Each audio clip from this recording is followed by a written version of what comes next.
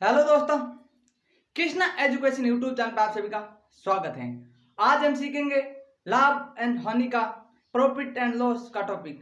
आज हम नया टॉपिक लेकर आए हैं, प्रॉफिट लॉस या लाभ हानि का टॉपिक। तो आपको बस सीखते रहना हमारे साथ। हम बस लगातार आपको बेसिक से एडवांस तक ये भी सिखा देंगे। जब टूटने लगे हौसले तो बस ये याद रखना, बिन मेहनत का हासिल तक तो ताज नहीं होते।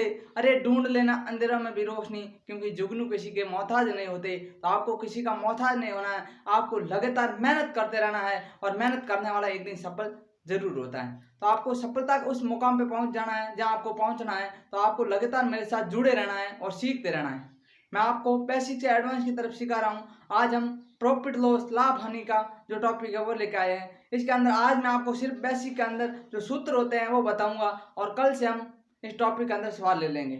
तो आज सूत्र आपको सिर्फ सूत्र देखने हैं, एक बार आपको समझना है। आपको सूत्र रटना नहीं है, कुछ नहीं करना। मैं सिर्फ आपको कॉन्सेप्ट के थ्रू समझाऊंगा। सूत्र तो एक बार आपको इसलिए करा रहा हूँ कि आपने बोलोगे कि सूत्र भी नहीं करवाए, तो एक बार इसलिए सूत्र के बारे में बता देता हूँ। तो अब हम शुरुआत करते हैं। जैसे लाभ हानि, लाभ हानि होता है तो इसको तीन भागों में, लाभ हानि तीन पे होता है। ठीक है, तो मैं इसको तीन भागों में बांट देता हूं।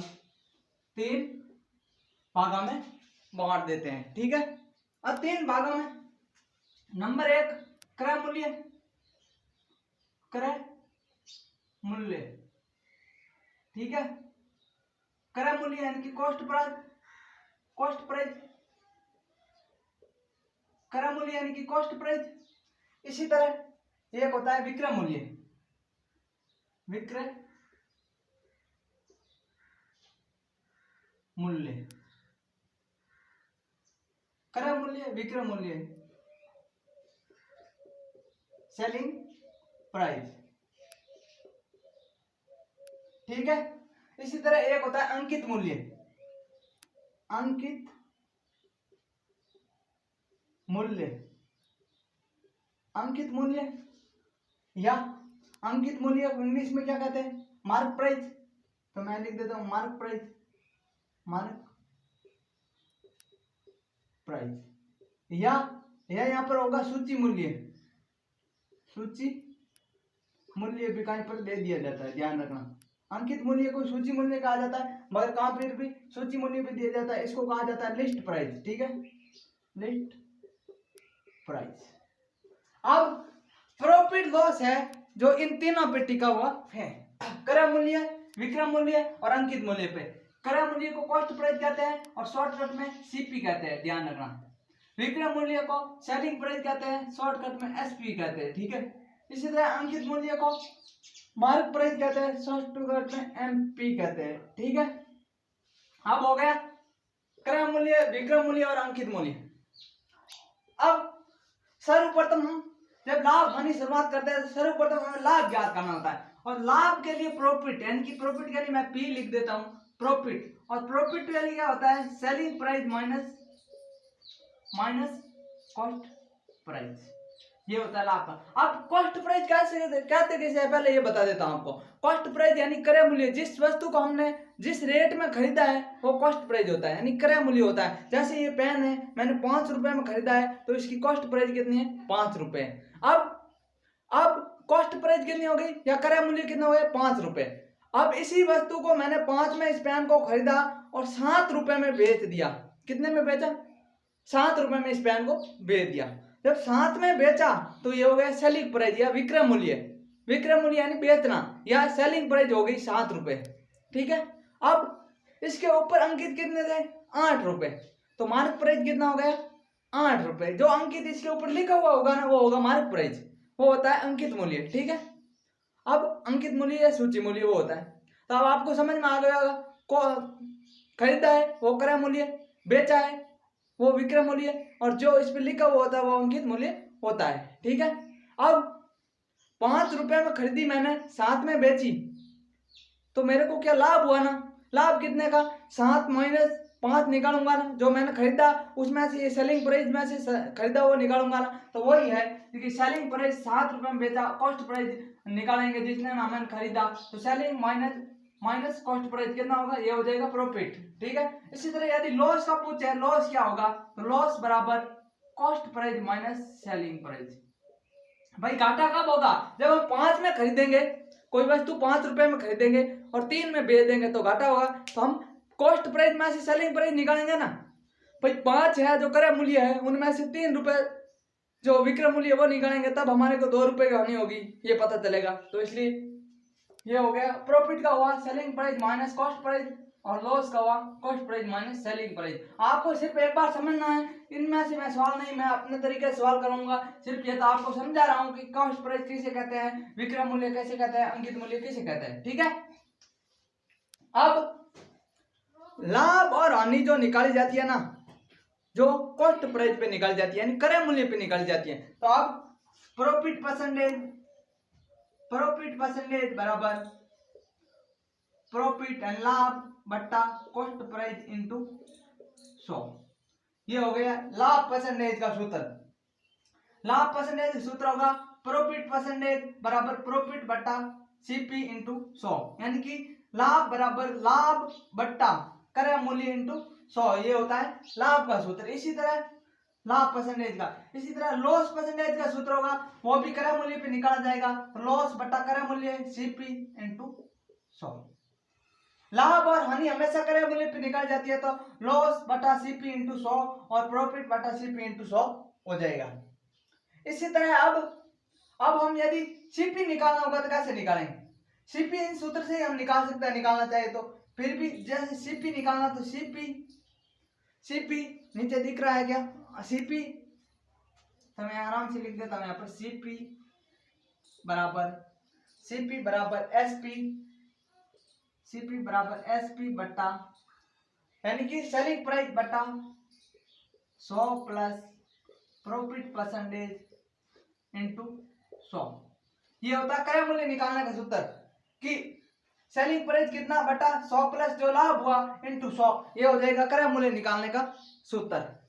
इसी तरह मैं ये यहाँ पर लिख देता हूं, जैसे यहाँ लिख देता हूं, यहाँ नीचे दिखेगा नहीं आपको, तो यहाँ पर होगा सीपी बराबर एसपी बट्टा 100 माइनस लॉस परसेंटेज, या तो प्रॉफिट परसेंटेज होगा या माइनस लॉस परसेंटेज इंटू 100, ये हो जाएगा। 2 सीपी के सूत्र हो गए। अब इसी तरह हम सीपी की तरह ही जब सेलिंग प्राइस यानी विक्रय मूल्य निकालेंगे, तो यहाँ पर लिखूंगा एसपी बराबर विक्रय मूल्य के लिए एसपी बराबर सीपी बट्टा 100 इंटू सीपी बट्टा 100 into 100 plus profit percentage, 100 plus profit percentage. इसी तरह जब लॉस हो जाएगा तो एसपी बराबर सीपी बट्टा 100 इंटू 100 माइनस लॉस परसेंटेज, ये हो जाएंगे सेलिंग प्राइस के सूत्र। इसी तरह एक सेलिंग प्राइस का और सूत्र होता है एसपी बराबर एमपी बट्टा मार्क प्राइस। जितना भी हम मार्क प्राइस में भी सेलिंग प्राइस निकालेंगे, तो मार्क प्राइस बट्टा 100 इंटू 100 माइनस डिस्काउंट परसेंटेज,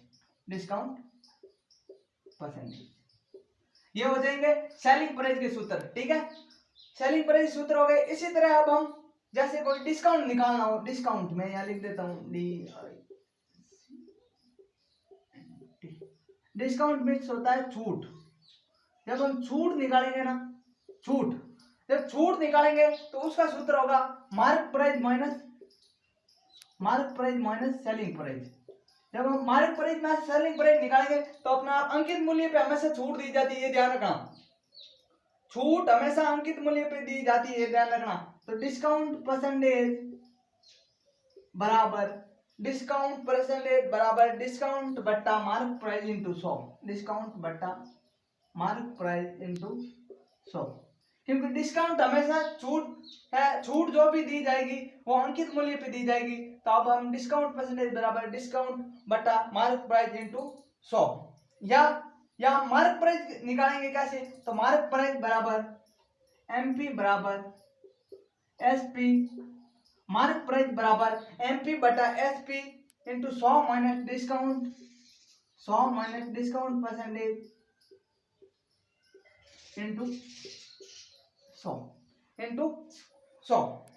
अब ये हमारे सूत्र हो गए। इन सूत्रों को आप एक बार घर में आराम से लिख के रट लो इन सूत्रों को। मैं अगर इससे सिर्फ मैं आपको cost price, selling price English में क्या कहते हैं यह आपको समझना पड़ेगा, जिसे मैं शॉर्ट में आराम से करा सकूंगा और कुछ नहीं। आप ऐसे मत सोचना कि इन सूत्रों से सवाल होगा, नहीं होगा। कल आपको जो कॉन्सेप्ट समझोगे ना, आप बहुत खुश होगे कि यार इतना आसान प्रॉफिट लॉस मैं इतना आसान तरीके से आपको बता दूंगा। सिर्फ आपको बस मेरे साथ जुड़े रहना है और सीखते रहना है। क्रय मूल्य किसे कहते हैं आपको पता हो गया। जो भी वस्तु हम जितने में खरीदते हैं वो क्रय मूल्य होता है, और विक्रय मूल्य जितने में हम बेचते हैं वो विक्रय मूल्य होता है। मार्क मूल्य, अंकित मूल्य, मार्क प्राइस यानी कि यह सूची मूल्य होता है जो इस पे लिखा हुआ होता है, वो होता है। अब लाभ होगा तो लाभ होगा ना, वो विक्रय मूल्य में से क्रय मूल्य निकालेंगे तब लाभ होगा, और लॉस होगा ना, जो क्रय मूल्य में से विक्रय मूल्य निकालेंगे तब हमारे को लॉस होगा। इसी तरह परसेंटेज निकाला था, प्रॉफिट और लॉस परसेंटेज है वो हमेशा सीपी पे निकाल जाता है, यानी क्रय मूल्य पे निकाल जाता है। लाभ या हानि है जो क्रय मूल्य पे निकाल जाती है। तो पी परसेंटेज बराबर पी बटा CP into 100, profit into cost price into 100। इसी तरह लॉस भी लॉस बटा सीपी इंटू 100 हो जाएगा। अब क्रय मूल्य खुद को निकालना होगा, तो उसके लिए क्रय मूल्य के बराबर एसपी एंड सेलिंग प्राइस बटा 100 प्लस प्रॉफिट परसेंटेज कितना हुआ इंटू 100, या कितना सीपी इंटू एसपी बटा 100 माइनस लॉस परसेंटेज कितना हुआ 100, ये निकाल दिया जाएगा। अब सेलिंग प्राइस है वो किस पे निकल जाएगी, सेलिंग प्राइस एसपी बराबर सीपी यानी कॉस्ट प्राइस कितना है बटा 100 इंटू कितना प्रॉफिट हुआ 100 प्लस प्रॉफिट परसेंटेज, और सेलिंग प्राइस सीपी बटा 100 इंटू 100 माइनस लॉस परसेंटेज। ठीक है। अब एसपी बराबर एमपी बटा 100 इंटू 100 माइनस डिस्काउंट परसेंटेज, ये हो जाएगा सेलिंग प्राइस के 3 सूत्र होते हैं, ध्यान रखना। इसी तरह छूट हमेशा मार्क प्राइस पे दी जाती है, ये ध्यान रखना। अंकित मूल्य पे दी जाती है, तो अंकित मूल्य माइनस सेलिंग प्राइस ये हो जाएगा छूट का। अब डिस्काउंट परसेंटेज मार्क प्राइस पे निकाल जाता है, तो डिस्काउंट बटा एमपी इंटू 100। मार्क प्राइस कैसे निकालेंगे, तो मार्क प्राइस बराबर एसपी यानी जो सेलिंग मूल्य है बटा 100 माइनस डिस्काउंट परसेंट इंटू 100। ये आपके इंपॉर्टेंट सूत्र है, आपको इनको एक बार समझ लेना है, जिसे आप आराम से करेंगे। मगर मैं आपको इन सूत्रों की कोई जरूरत नहीं पड़ेगी, कहीं भी नहीं पड़ेगी, ये ध्यान रखना। मैं आपको बस उस कॉन्सेप्ट से समझाऊंगा जिससे आप आराम से समझ जाएंगे। आप तो बस मेरे साथ जुड़े रहिए, मेरे पे विश्वास कीजिए और आप लगातार सीखते रहिए। मैं आपको प्रॉफिट लॉस इतना अच्छे तरीके से सिखा दूंगा कि आप किसी को बोल देना आ जाओ प्रॉफिट लॉस हम कर सकते हैं। तो आप हमारे चैनल को लाइक, सब्सक्राइब और शेयर जरूर कीजिए। और आज हम इतना ही करेंगे, कल से हम सवाल ले लेंगे। तो हमारे चैनल को कमेंट बॉक्स में जरूर बताइए आपको क्लास कैसी लग रही है, जिससे हम मोटिवेट होते रहे और आपके लिए लगातार क्लासें बनाते रहे। बस मेहनत करते रहिए और हमेशा हौसले के साथ, बुलंद हौसलों के साथ चलते रहिए और टकराते रहिए। एक दिन एग्जाम के खोपड़ी में छेद आप जरूर कर दोगे और कामयाब जरूर हो जाओगे, ये मेरा वादा है। थैंक यू दोस्तों।